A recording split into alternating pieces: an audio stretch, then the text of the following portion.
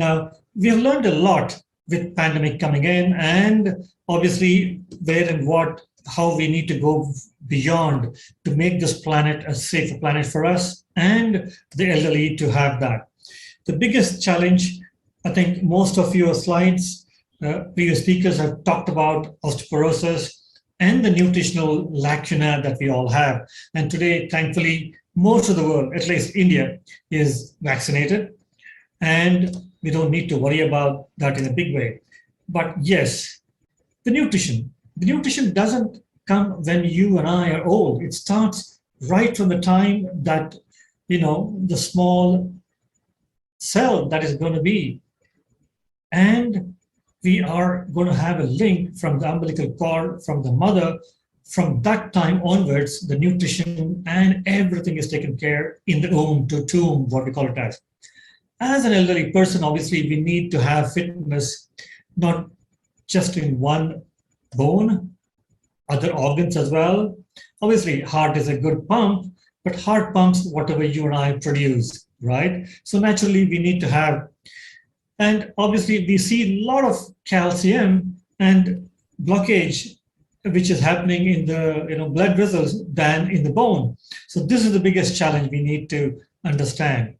And yes, every organ needs to be looked at for the fitness. So that's the reason you and I need to focus on that. Well, activity. I think John has spoken much about it already. Any activity in whatever form, in however way you can do is extremely important to keep that fitness, whatever we can. A simple set of exercises is good enough. And I encourage all this to every patient of mine, 60 and above, definitely. And you may want to go to the gym, you may don't want to go to the gym, doesn't matter. And I encourage each and every elderly person walking in or even online for them to walk rather than walking on the gym. I tell them to walk regularly with the proper footwear outside so that they get good air and good exercise as well. Fitness is not just on the physical side. You need to have mentally as well. And that gives us a full round of approach for the cardiorespiratory endurance, muscle strength, and all that. Because nutrition is not just eating and forgetting it. No. So keeping that in mind, this is taking some time to move on. Okay. Now, the basic nutrition obviously has to be food. And in the food, you have a lot of variants, macro to micronutrients. And, you also need to include our fat. Now, keeping the major thing into play, what we're talking about, after you and I eat, it doesn't just go there. We need to look at digestion, to absorption, to transport of that food, the nutrients what we've taken out to assimilate, and obviously the excretion through the sweat, urinary, and the fecal matters coming out. So these are the things that are extremely important because it's not just one system, it's the entire organ that is important. Mind you, if you and I don't have a good amount of sleep, it's not going to be an easy day or easy days to come in the future. And how many of us have a good night's sleep? A good night's sleep compares and composes of a huge amount of things which you and I can imagine. Enjoy that every moment of our sleep. That's extremely important, That is very, very important. And keeping the similar thing in mind, how often and how much of water that you and I are drinking is also a major, major role playing in our, nutrition take, which is very, very important. And moving forward with that, oops, what happened?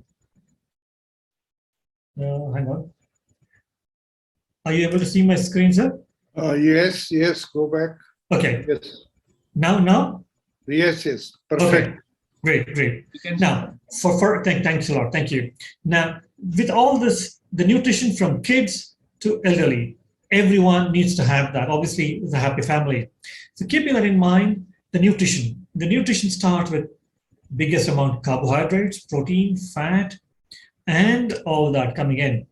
Protein, we have a huge amount of thing coming in, and we also require good amount of fibers coming out from fruits and vegetables that we have. Now, it has to be balanced for us. It could be a non-vegetarian source or a vegetarian source or a vegan source. We have different kind of diet that we have, and how often each of us have this balanced plate of food on a daily basis. WHO says you and I need to have 4 to 5 bowls of fruits and vegetables per day. How many of us are eating it? So not easy. And obviously, let me not talk about the kids. Now, protein, nearly 7 to 9 variety of amino acids are not manufactured in our body. You and I need to supplement. When I say supplement, it has to be through the food. If you don't have it, if I don't have it coming out of the food, I need to really supplement the kind of protein that is not there in my diet. So obviously that is a big question that you and I need to ask. So I'm going to repeat, meat sources are there, different kind, but obviously red meat is a no-no for a lot of comorbid conditions. And well, whether you exercise or eat, death is no way out. So balance it. The middle path we talk about. The Ramakrishna Paramahamsa talked always about the middle path. So you have to have the balance, So that's what we talk about. And yes, protein is an ingredient you and I need to have. And one will be wondering as, now, in terms of having a message sent to somebody, now this is where the whole challenge comes into. In the system, we have a messenger RNA taking the whole thing and sending a signal there so that the last part of the reaction or the action is completed. How much do I take per day? 1 gram of protein per kg body weight is extremely important. Why is that? When the protein is not sufficiently given to our body, what happens? Huge challenges. So, I mean, time is less. I won't be able to cover a lot of things, but I'm just going to be running the points there. And then you and I need to have a proper balanced coming in. But yes, vegetarians and vegans, don't get worried. You do get a lot of proteins from the pulses and the nuts. You need to mix and match in your diet. Yes, there is protein, but how much are you and I are focused on taking on a daily basis? Please make sure that you have enough amount of protein from all variety of sources, because we have to have different kind of amino acids, literally the root of proteins, So these are the very good protein squad, peanuts, cashew nuts, almonds, and obviously the walnuts is very good. So please keep them handy. And coming on to the micronutrients, I'm not going to be touching each and every one, but I'll just go touch upon a few basic ones, taking it forward. Micronutrients are vitamins. They are fat soluble or water soluble. We talk about the fat soluble, some of them, and let me not take the whole thing into big way. And India has large amount of deficiency, and we head vitamin A deficient countries in world. So we need to reverse it. This is as per the standard given to us 2 years ago in 2020. This is very recent and very dangerous thing we are leading. Now, vitamin A gets from all the sources of vegetables and fruits. We have plenty available now. Today, the revolution is talking about organic ones. Look into organic as well. If you and I can afford it, why not? So this is one thing. If you're not eating it, you need to supplement. Well, I don't need to talk much about the sunshine vitamin, vitamin D. Every person in the country is osteomalacic. It's very saddening to say and see patients and people having vitamin D deficiency. Please make sure that you and I are supported well with vitamin D. Let me take you to the water-soluble one. What is that? B and C. I'll take a few minutes there and then we'll take about, and all the 12 vitamins are not covered. I'll just cover a few and then take it forward there. B complex is energy vitamins. Let me talk about a few. And then in that, where do we go? The starting of the B1, the thiamine. very important for us. These are all the things which are coming in. We talk about Alzheimer's and then anti-aging thing. If you and I don't take it in the beginning, why are we worried about in the end? Obviously, it still makes a big difference. You need to take that in a big way. And well, if I talk about the next one, riboflavin, obviously the vision becomes a big challenge for the old elderly people. And anemia is another big challenge. This is another challenge is cancer. So a lot of things are there. Food is obviously giving us, but if you're not having enough of that, then supplement it. So that is where we go. We don't want to have an injection for everything, and it can cause a lot of other challenges, So naturally, B12, I've seen time and again, unimaginable. All my patients I've seen, over 70% of them, I'm just going to give a literature on my online consultations. 100 online consultations which are made, 100 online consultation investigations which have been made, 70 to 73% of them are deficient in vitamin B12. How much? 108, less than 80, 70. It's amazing. It's an alarming situation that I see. And I tell them, today, you and I also have the same thing. Because being doctors, we advise, but we neglect ourselves. Let us make sure that you and I take it. We hit 60, forget being hitting 60, because people are getting forgetful even before they hit 60 now, So naturally, biggest challenge, we need to have it. And not only having tiredness, but depression and constipation are one of the biggest challenges that we talk about in elderly.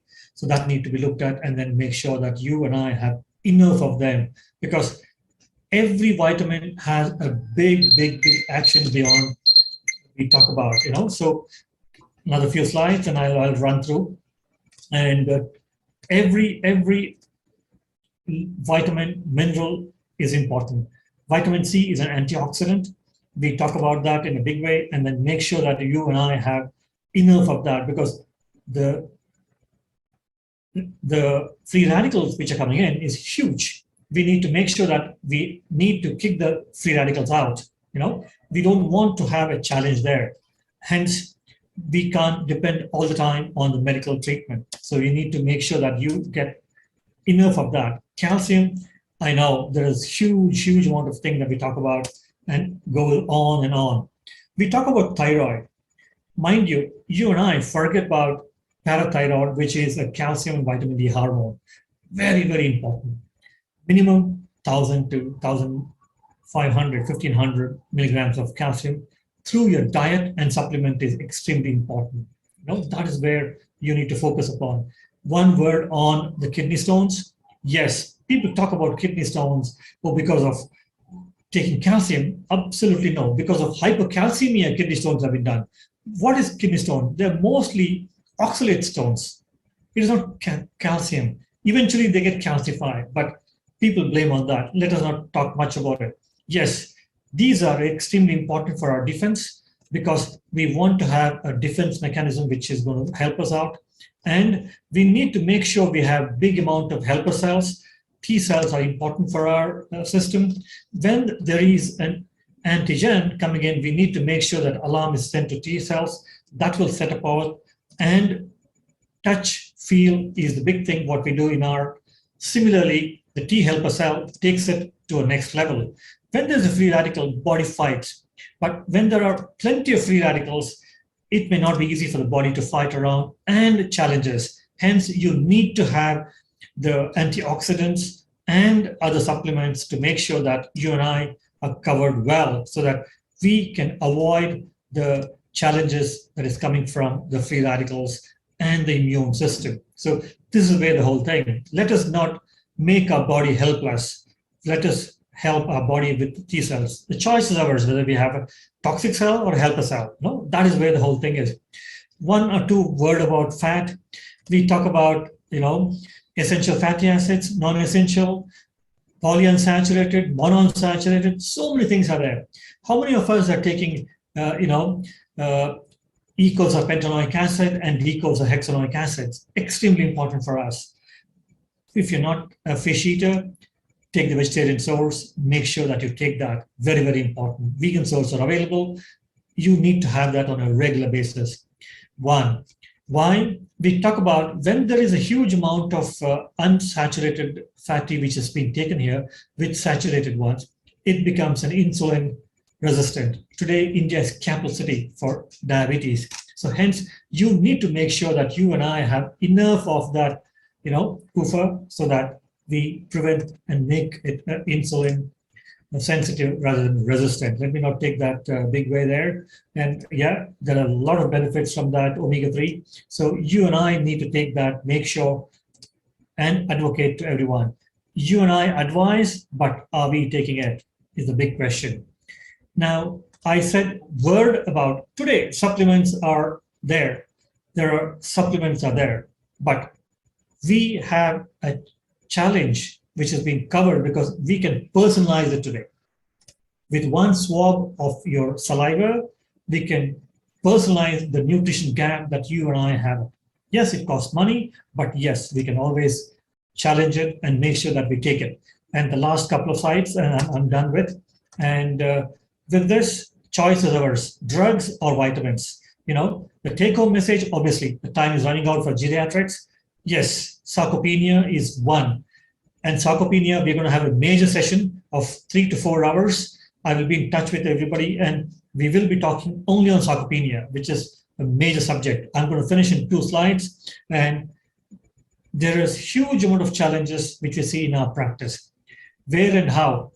We're talking about all these things and causing from sarcopenia. Forget about sarcopenia. People don't even believe that. Today, we have the biomarkers available, microRNAs are available. We can assess the kind of sarcopenia one has it. With this, I end my talk, and I appreciate all of your time.